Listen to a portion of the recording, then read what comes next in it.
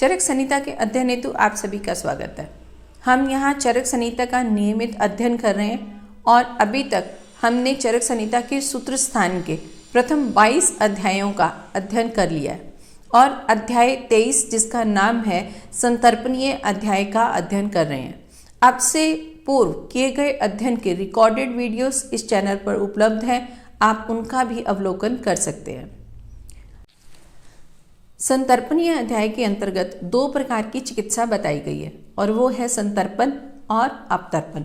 लेकिन पूर्व अध्याय में 6 प्रकार की चिकित्सा बताई गई थी और वह थी लंघन, ब्रीहन, रुक्षन, स्नेहन, स्वेदन और स्तंभन।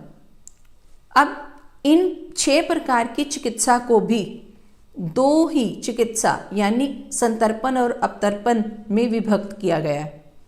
इनमें से 3 चिकित्सा यानी लंघन, रुक्षन और स्वेदन, इनको अपतर्पण चिकित्सा के अंतर्गत ले सकते हैं और ब्रीहन, स्नेहन और स्तंभन, इनको हम अपतर्पण चिकित्सा कह सकते हैं।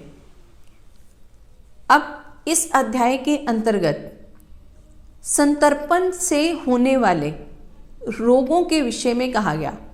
पहले तो रोगों के कारण बताए गए, फिर रोगों के नाम बताए गए और ऐसा बताने के बाद रोगों की चिकित्सा बताई गई और चिकित्सा का मूल मंत्र देने के पश्चात कुछ औषधियाँ भी बताई गई और ऐसा कहा गया कि अगर चिकित्सक केवल इतना जान सकता है कि अमुक रोग अपतर्पण जन्य है या संतर्पण जन्य है, तो ऐसा जानकर वह किसी भी रोग की चिकित्सा कर सकता है। तो उसी विषय को यहाँ पर विस्तार से ही बताया गया है। पूर्व कक्षा में हम संतर्पण से होने वाले रोग और उनकी चिकित्सा जान चुके हैं। आज हम इस अध्याय का शेष भाग यानी अपतर्पण के विषय में जानते हैं। अब ऐसा कहा कि अपतर्पण से होने वाले रोग यानी लंघन, रुक्षन और स्वेदन, अगर ये क्रियाएं की गई हैं और उनकी अतिमात्रा हो गई है तो इनसे उत्पन्न हुए रोग के यहाँ पर लक्षण बताए जा रहे हैं। और उसमें ऐसा कहा कि अपतर्पण के कारण निम्नलिखित रोग उत्पन्न होते हैं और वे हैं शरीर और जठराग्नि के बल का नाश। अगर ये क्रियाएं ज़्यादा हो जाएं तो सबसे पहले यहाँ शरीर का बल और जठराग्नि का नाश होता है, यानी ये कम हो जाते हैं। और फिर शरीर के वर्ण मतलब शरीर का जो एक रंग है, कॉम्प्लेक्शन है, वो कम हो जाता है, ओज कम हो जाता है। हम यहाँ ओज को कांति या सर्वधातु सार तत्व कह सकते हैं, तो वो कम हुआ।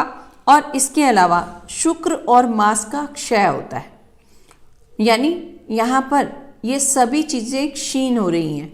और खांसी के साथ ज्वर, अब खांसी भी हुई और ज्वर, बुखार आ जाएगा।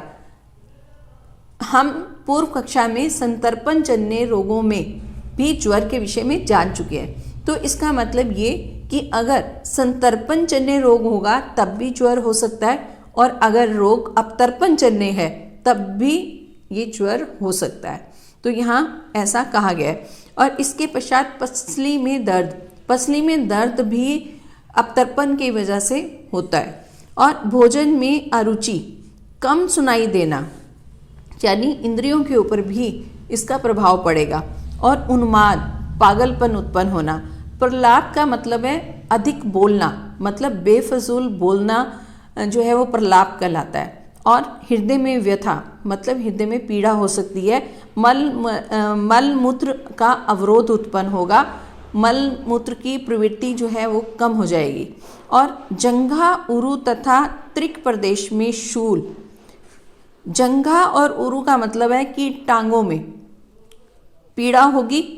त्रिक प्रदेश जो है वो शोल्डर के पीछे का मतलब कमर के ऊपर का हिस्सा, उसे तिर्क प्रदेश कहा जाता है और वहाँ पर पीड़ा होगी।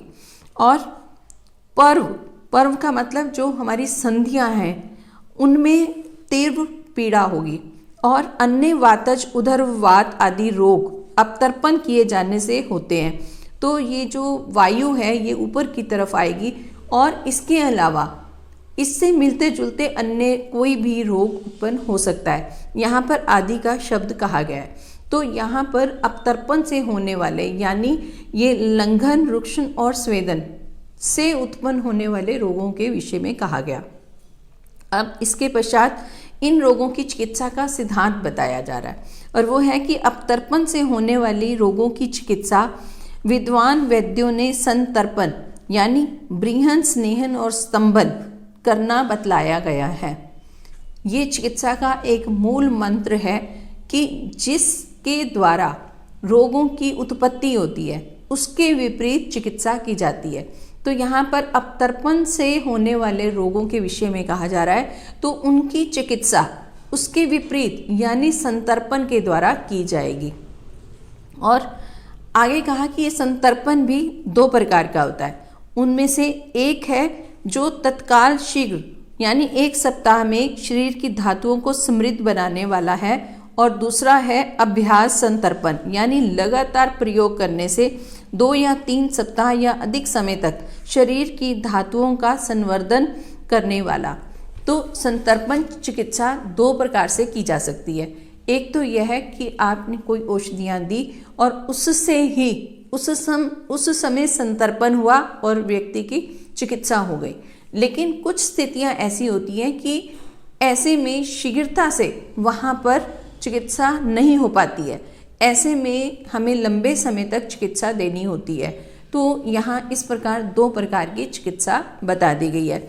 और फिर उसके बाद ये कहा कि यहाँ पर तदिशीते पाठ का अर्थ यह है कि सदैव संतर्पण करता है वही अभ्यास संतर्पण के लिए भी उपयुक्त है। कहने का मतलब ये कि जब हमने बहुत कम समय के लिए औषधि देनी है और संतर्पण करवाना है, वो शीघ्रता से संतर्पण करने वाली विधि हुई। लेकिन अगर हमें अभ्यास करवाकर संतर्पण चिकित्सा करवानी है यानी लंबे समय तक देनी है, तो औषधियाँ वही हो सकती हैं लेकिन उन औषधियों का ही लंबे समय तक प्रयोग करना पड़ेगा। तो यहाँ ऐसा कहा गया है। और इसके पश्चात सद्यशीन और चिरशीन चिकित्सा सूत्र बताया गया। उसमें कहा कि जो व्यक्ति सामान्य कारणों से कम ही दिनों में यानी 1 सप्ताह से क्षीण हुआ है, वह कम ही समय में यानी 1 सप्ताह के भीतर ही शीघ्र ही संतर्पण चिकित्सा के प्रयोग से हृष्ट पुष्ट हो जाता है। और जो व्यक्ति चिर क्षीण यानी धीरे धीरे कई सप्ताह या मास में क्षीण हुआ है, वह बिना कुछ दिनों तक संतर्पण का अभ्यास किए पुष्ट नहीं होता है। तो अधिक दिनों से क्षीण हुए चिर दुर्बल व्यक्ति में जल्दबाजी ना करें और देह, अग्नि, दोष, औषध, मात्रा तथा काल के अनुसार चिकित्सा करनी चाहिए। तो यहाँ पर ऐसा कहा कि अब जहाँ पर संतर्पण चिकित्सा हमें करवानी है उसमें हम 2 तरीके अपनाएंगे।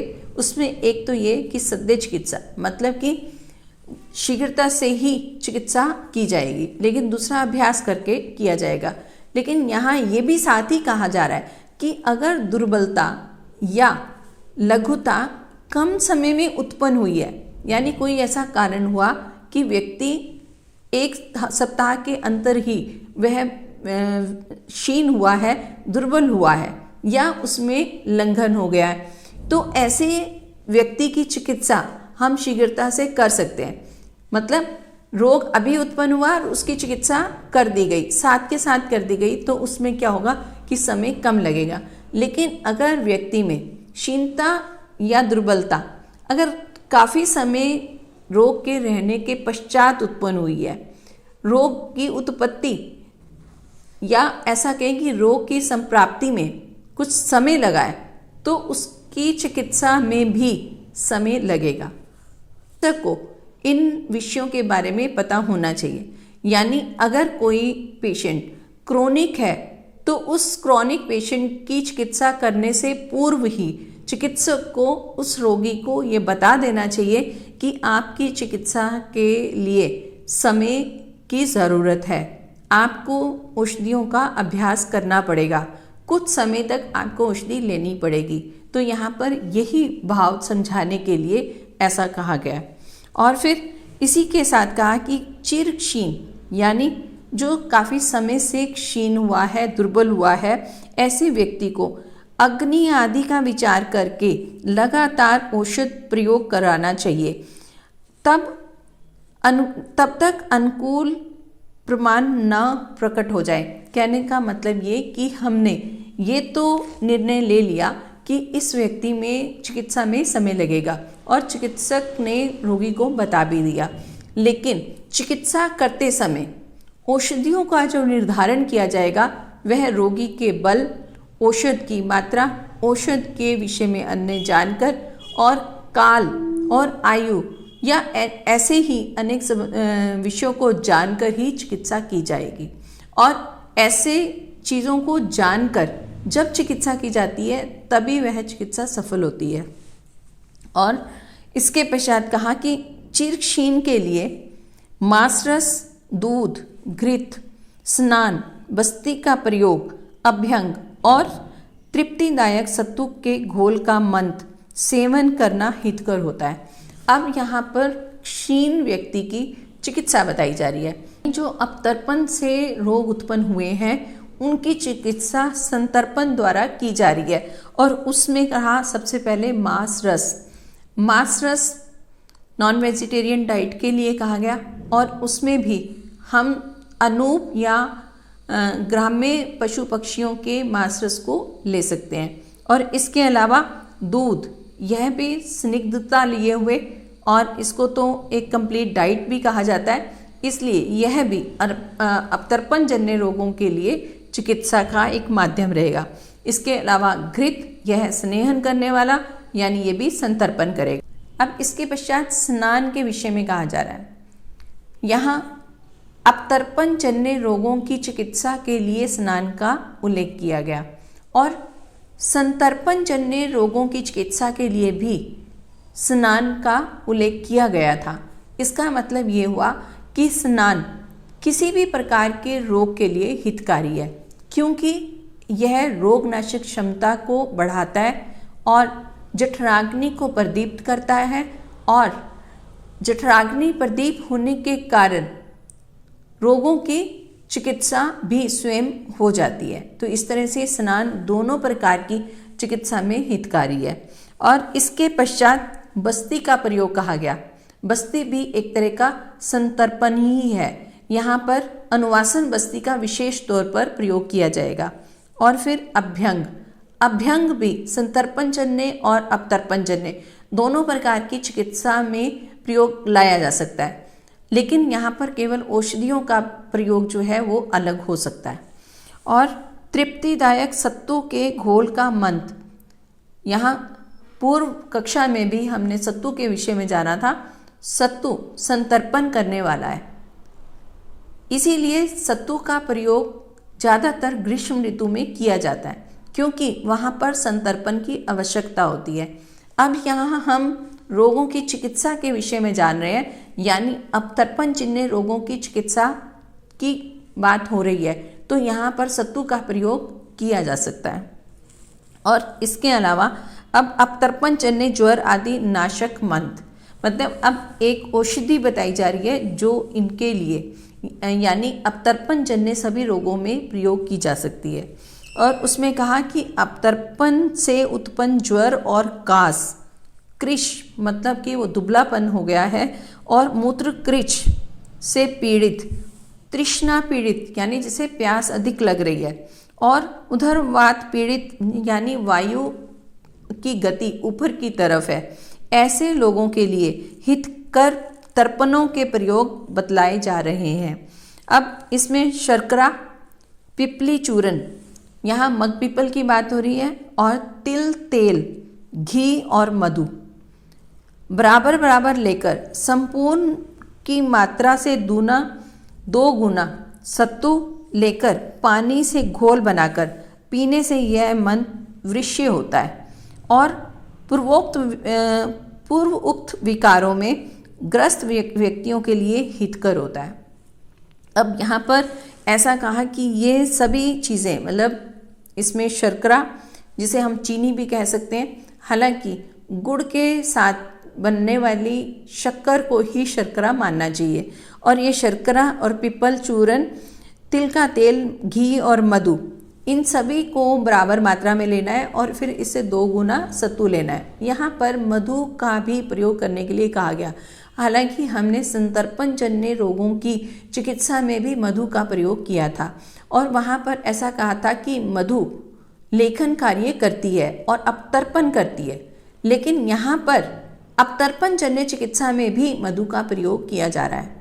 क्यों? क्योंकि यहाँ पर स्नेह का भी प्रयोग किया जा रहा है और इसके अलावा स्नेह में भी तिल, तेल और घी दोनों का प्रयोग किया जा रहा है। तो यहाँ पर इनका अनुलोमन करने के लिए भी मधु का प्रयोग किया गया है और औषधि को स्वादिष्ट बनाने के लिए भी मधु का प्रयोग किया गया है और यह अपतर्पण जन्य रोगों के लिए भी मधुर रस होने के कारण भी हितकारी है, इसलिए यहाँ भी इसका प्रयोग करने के लिए कहा गया। अब इसके पश्चात अनुलोमन तर्पण कहा जा रहा है और वो ये कि जौ के सत्तू में समान भाग में शर्करा मिलाकर और थोड़ा मधु डालकर मदिरा में घोल मिलाकर मलमूत्र तथा वात, कफ, पित्त का अनुलोमन होता है। अब यहाँ पर ऐसा कहा गया कि जब संतर्पण करवाया जाता है तो क्षीण व्यक्ति में कुछ इस तरह के द्रव्यों का भी साथ में प्रयोग करना होगा जिससे अनुलोमन भी हो। अनुलोमन का मतलब मल, मूत्र और वातादि तीनों दोषों की गति नीचे की तरफ हो। तो ऐसा करने के लिए यहाँ पर जो औषधि बताई गई उसमें जौ का सत्तू और उसमें मधु और फिर साथ में मदिरा, इन सभी के साथ शर्करा का प्रयोग करके मथ बनाया जाएगा, मतलब कि औषधि बनाई जाएगी और फिर उसका प्रयोग करने के लिए कहा गया है। और इसके पश्चात मूत्रकृच नाशक तर्पण, यहाँ पहले अपतर्पण से होने वाले रोगों के अंतर्गत मूत्रकृच भी कहा गया है, यानी वहाँ पर मूत्र में अवरोध उत्पन्न होगा। तो उसके लिए जो औषधि बताई जा रही है उसके बारे में कहा कि अपतर्पण जन्य मूत्रकृच या उदाव्रत होने पर राब, सत्तू, घी और दही का पानी, खट्टी कांजी एक साथ मिलाकर पीने से उन दोनों रोगों का शमन हो जाता है। तो यह बहुत ही सरल उपाय है। इसमें फानित, सत्तू, घी और दही का पानी और खट्टी कांजी, यानी यहाँ पर खट्टे द्रव्यों को मिलाकर ही द्रव्य बनाना है और फिर उसका प्रयोग करवाना है। अब यहाँ पर ऐसा कहा कि यहाँ द्रव्यों की मात्रा की कल्पना हम रोगी की प्रकृति, दोष, देश, काल आदि का विचार करके ही करनी चाहिए, यानी किस व्यक्ति में कितनी मात्रा देनी है और उनमें से कौन कौन से द्रव्यों का प्रयोग करना है, ये सब हम रोगी को जानकर, उसकी सभी इन स्थितियों को जानकर ही इसका निश्चय करेंगे। अब इसके पश्चात मध्य विकार नाशक मंत्र कहा गया और उसमें कहा कि खजूर, मुनक्का और वृक्ष अमल, इसको कोकम कहा जाता है और ये दक्षिण भारत में इसके बहुत से वृक्ष दिखते हैं। वहाँ पर यह फल प्रचुर मात्रा में प्रयोग में लाया जाता है, यहाँ तक कि सब्जी बनाने के लिए भी इसका प्रयोग किया जाता है। जिस तरह से टमाटर का प्रयोग किया जाता है इसी तरह से वहाँ पर कोकम का प्रयोग किया जाता है। यह हल्का लाल रंग देने वाला होता है और कुछ अम्लता लिए हुए हैं, उसी का प्रयोग यहाँ पर कहा गया। और इसके अलावा इमली, खट्टा अनारदाना, फालसा और आंवला, ये सभी अमल रस से भरपूर हैं। तो इनका सभी द्रव्यों का प्रयोग या इसका रस जो लेकर उसे क्वाथ में या पीस कर निकाले गए सवरस में सत्तू घोलकर पिलाने से मध्यजन्य विकार शांत होते हैं। तो यह एक प्रकार की औषधि बता दी गई कि जहाँ पर हम मद्दे से उत्पन्न होने वाले रोगों की चिकित्सा कर सकते हैं। अब सत्य संतर्पण मंत्र कहा गया, यानी ऐसी औषधि बताई गई कि जिससे हम उसी समय यानी तुरंत संतर्पण करवा सकते हैं। ऐसा करने के लिए कहा कि जल में सत्तू घोलकर उसे मधुर या अम्ल बनाकर और फिर घी या बिना घी के ही पिलाने से वह सद्दे तत्काल संतर्पण करता है। तो यहाँ पर सत्तू को संतर्पण करने वाला कहा है, तो व्यक्ति को संतर्पण का घोल पिलाना है, लेकिन उसके अंदर हम मधुर द्रव्य यानी शर्करा मिला सकते हैं, चीनी मिला सकते हैं, और या फिर उसमें कोई अम्ल द्रव्य मिला सकते हैं। तो उसमें हम नींबू का भी प्रयोग कर सकते हैं, और फिर उसमें घी या बिना घी के भी औषधि बनाई जा सकती है। सत्तू का प्रयोग हम ग्रीष्म ऋतु में तो बहुत ही अच्छी प्रकार से कर सकते हैं। यह तुरंत संतर्पण करवाने वाला है, यानी शरीर को पौष्टिक तत्व देने वाला है। तो अलग अलग तरह के सत्तू का निर्माण किया जा सकता है। इनमें जो सत्तू का प्रयोग बहुत ही फायदेमंद है, यहाँ पर बार बार जौ के सत्तू का नाम लिया जा रहा है। और फिर जौ के सत्तू में हम मीठा, मतलब यहाँ उसमें गुड़ या शर्करा मिला सकते हैं, चीनी मिला सकते हैं, और इन द्रव्यों के साथ रोगी के रोग को जानकर और उसकी प्रकृति और देश काल को जानकर उसमें हम घी भी मिला सकते हैं। यानी कि घी मिलाना है या नहीं मिलाना है, यह व्यक्ति को जानना होगा।